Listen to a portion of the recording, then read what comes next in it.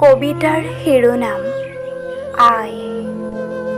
আই, তই মোৰ শীতৰ কাচি অলি ৰ'দ, গ্ৰীষ্মত আচলৰ মৃদু সমীৰণ, বৰষুণৰ দিনবোৰত তই মোৰ শুকুলা ছাতি, দুখৰ ঋতুবোৰত শোকৰ চকুলো মচি ওঠৰ পাহিত বোৱাই দিয় তই হাঁহিৰ নিজৰা।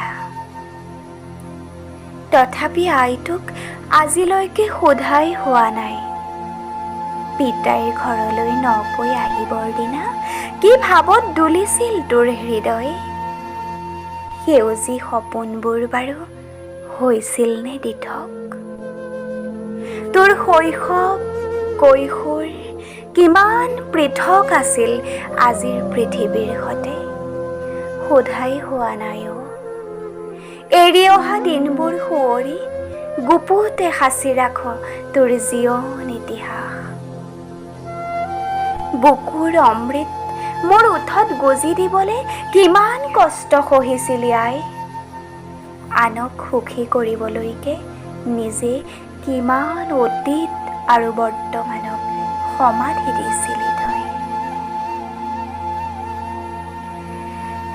বুকুত বিষ এটা লৈ ওঠৰ পাহিত হাঁহিটি ফুলাই, পিতাইৰ সুখত সুখী দুখত দুখী হৈ আচল তলত কিদৰে লুকুৱাই ৰাখিছিলি মেঘবোৰ?